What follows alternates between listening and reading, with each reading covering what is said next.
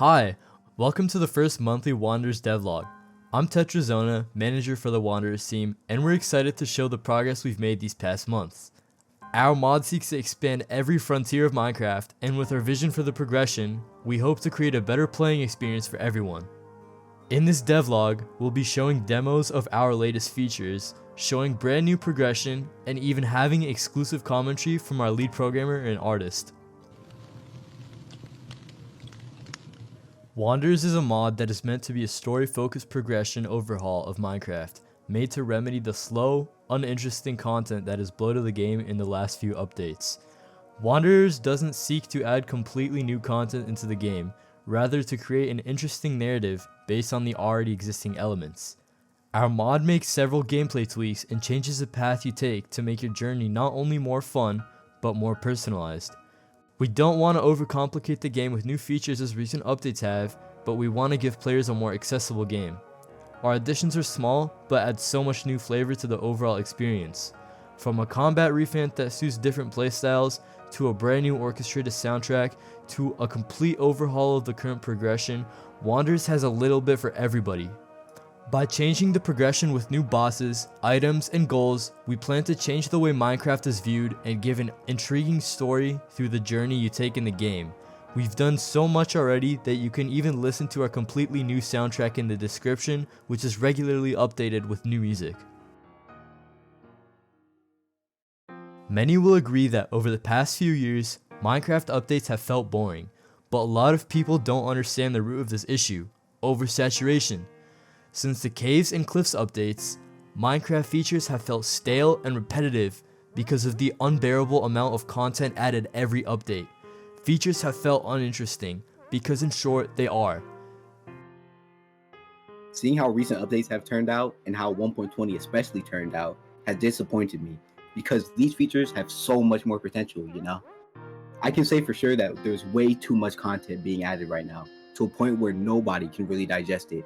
But I think the issue lies more in the meaning of everything added. No update since maybe 1.16 has changed the way you play in a meaningful way. And there's weight to that because players aren't forced to do something in such an open game like Minecraft. Most of the time they won't. And that's where I think the issue really lies. It's developers saying, how does this feature actually change the game versus how can we make this look nice?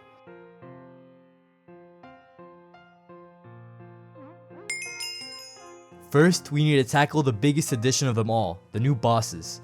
The first boss you'll face off against is a giant, which is a remade version of the zombie giant that sits unused in Minecraft. The giant is a slow, brute boss that will help players get accustomed to boss fights early on in the game. The Phantom King is the second boss and will aid players in learning about our new bows, as you'll need extra firepower to take on the king. He is very agile and his attack is swift, soaring effortlessly through the sky. If you manage to defeat him, phantom spawns in your world will cease, and they will return to the end where you will find them later. The Wildfire is a recreation of Mob D from the 2017 mob vote, who reappeared in Minecraft dungeons. He's crossed over from the Nether, and he will use his large shield-shaped rods to block your attacks. The Hunter and Protector are both Nether and End bosses, defeating which will allow you to access dimension-based resources such as ancient and alien debris. And the Warden has been completely remastered to have a fair, versatile fight with new rewards. Next is the most important new boss in the face of our mod, the Enchanter. The Enchanter is an illager who, according to villager folklore, seeks to unleash the Ender Dragon and cause havoc in the end. He's a tough fight, and you'll have to get through if you want to defeat the Ender Dragon.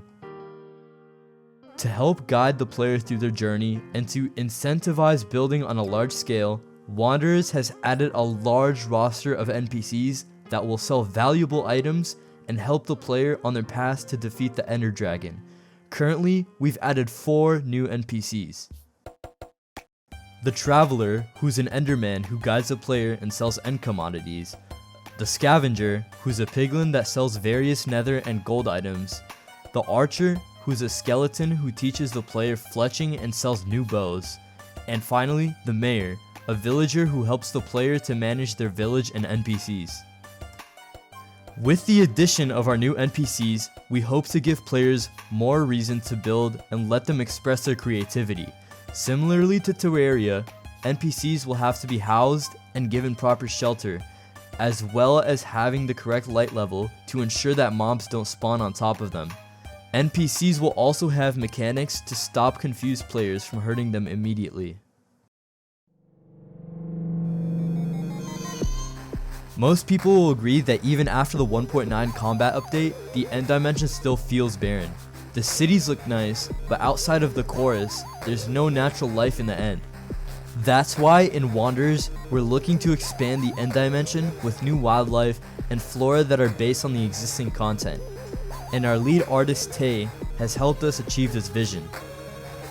So being the creative lead, I've always been kind of just underwhelmed with the end, really, because I think it has so much hidden potential as a dimension that I think Mojang really have yet to sort of tap into, right? And we studied a lot of other mods with the same ideology and found that generally they don't really do the end justice. You know, one of my favorites definitely is the energetic expansion from the Abnormals team, and it's definitely a creative take on how the end could look. But for me, I've always based a lot of my work on the end for this mod around the Nether update. I see that as sort of like a standard. And I think the issue I have with energetic is that it's just too new, right? Stuff like the boo flow, it feels kind of out of place. And that's why I really want to capture the style of the Enderman and the Shulkers in my work on the end. Even though our team's scope is wide, our resources are limited. If you have the talent and are interested in joining our development team, send us an email at the address on screen. We are currently looking for 1 skilled programmer and 1 artist, and we're excited to see your work. That's all for this month. If you want to keep up with our project, consider subscribing and leave a like if you enjoyed. Make sure you come back next month for Devlog number 2, as we'll be showing off brand new sculk content in our exclusive Warden overhaul, with some lore reveal sprinkled in. Until then, check out our original soundtrack, composed by our artist Tay. See you next month with more Wanderers news.